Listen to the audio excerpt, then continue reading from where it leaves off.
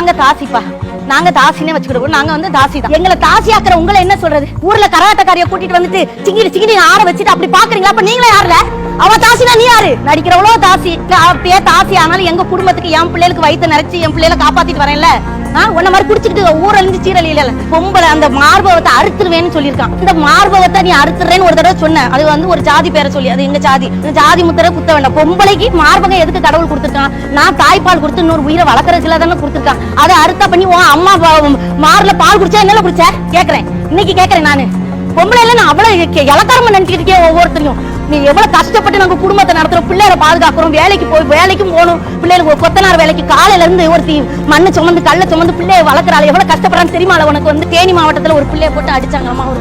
ஒருத்தன் கேள்வி கேட்கல. ஏன்னா நீங்களே எதுக்கு ஆம்பளை வேட்டியை கட்டிட்டு அழகிறியன்னு கேட்கிறேன்.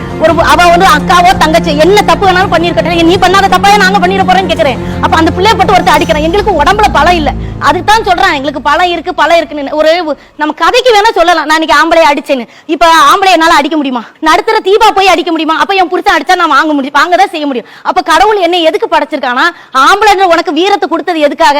என்ன நீ பாதுகாக்கணுங்கிறதுக்காக. என்ன அடிச்சு சித்திரவதை பண்றதுக்காக இல்லாத நான் சொல்றேன். உங்களுக்கு தெரிஞ்சுக்கங்க, பொம்பளையில சித்திரவதை பண்ணாதீங்க, அது பெரிய பாவம். ஏன் நம்ம ஊர்ல உள்ள கோயில்களுக்கு எல்லாம் அம்மன் பேர் வச்சிருக்காவ தெரியுமா? பொம்பளைங்களை நீங்க சாமியா வணங்கணுங்கிறது ஒரே காரணத்துக்காக. இந்த ஒரு சாமி எவ்வளவு கஷ்டப்பட்டிருக்கு. அந்த பாவம் அவனை சும்மா விடுன்னு நினைக்கிறீங்களா? அவன் 7 ஜென்மம் எடுத்தாலும் அந்த பாவம் கிடையாது. உங்களுக்கு பிடிச்சா காதல், எங்களுக்கு பிடிக்கலன்னா காதல் கிடையாதானே கேட்கிறேன். இல்ல உங்களுக்கு பிடிச்சி என்னைய வந்து காதல்னு சொல்ற, கொஞ்ச நாள் உன் கேரக்டர் சரியில்லை, இல்ல உன்னை பிடிக்கவே இல்லை, அதை சொல்றதுக்கும் சொல்லாததுக்கு எனக்கு உரிமை இருக்கு. உன்னை பிடிக்கல இல்ல உன்னை பிடிச்சிருக்குன்னு சொல்றதுக்கு எனக்கு உடனே நீ ஆசிட் விட்டு எனக்கு கொண்டுற. அதனால உனக்கு என்ன கிடைக்க போகுது? நீயும் வாழ்க்கையை அழிச்சுக்கிட்டு உங்க அம்மா அப்பா நாளைக்கு உனக்கு கஞ்சி ஊத்துவாங்கன்னு எதிர்பார்த்துட்டு இருப்பாங்க. அதையும் நீ அழிச்சு என்ன சாதிக்க போற? உங்களை எவனாவது ஏமாத்திட்டு போயிட்டா கூட அவன் வர்ற வரைக்கும் வருவான், இன்னைக்கு வருவான், நாளைக்கு வருவான். அப்ப நாங்க மனுஷங்க கிடையாது, எங்களுக்கு உணர்வுகள் கிடையாதா, உணர்ச்சிகள் கிடையாதா? ஆம்பளைகளுக்கு மட்டும் தான் எல்லாமே இருக்குமான்னு நான் கேட்கிறேன். அவங்களுக்கு செக்ஸுவல் ஆசை இருக்கிற மாதிரி எனக்கு இருக்காதா?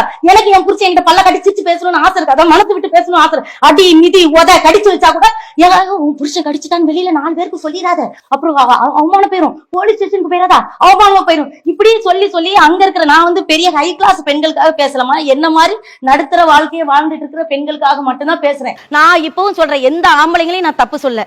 ஏன்னா இப்ப என் வீடியோ எடுத்துட்டு இருக்கிறவன் என் தம்பி தான், அவன் என் தம்பி தான். எல்லாரும் குடும்பத்தை பாக்குறாங்க. எவன் பாக்கலையோ, எவன் ஒரு பொம்பளை இந்த நிலைமைக்கு ஆளாக்குறனோ அவனைத்தான் சொல்றேன். இந்த மாதிரி ஒரு பொம்பளை ஆளாக்குறவன் மனுஷனே கிடையாது. பிடிக்கலையா நீ பிடிக்கலையாமா, பாய்மா போயிட்டு வரேன்னு சொல்லிட்டு போயிட்டே உன் வாழ்க்கையும் நல்லா இருக்கும், அவன் வாழ்க்கையும் நல்லா இருக்கும். எப்போ ஒரு பொம்பளை வந்து டக்குன்னு மனசு மாத்துறாளோ அவ வந்து குடும்ப வாழ்க்கைக்கு லாய்க்கு இல்லை, நானே சொல்றேன். அப்ப அப்படி பொண்ணு உன்னை விட்டு போனாங்கன்னா போயிட்டு போறான்னு விட்டுட்டு அவளுக்காக ஏன் உன் வாழ்க்கையை சொல்ல தொலைக்கிற? போதும், எல்லாமே போதும். இனிமேல் தென் மாவட்டத்தில் இருக்கிற பொம்பளையில அடிக்கிறதுக்கு என் தம்பிமார்கள் ஒரு நிமிஷம் யோசிக்கணும்.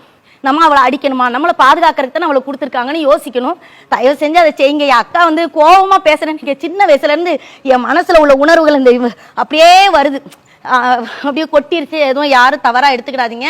யாரையும் நான் வந்து மனசார திட்டல, ஏதோ பேசிட்டேம்மா, அவ்வளவுதான்.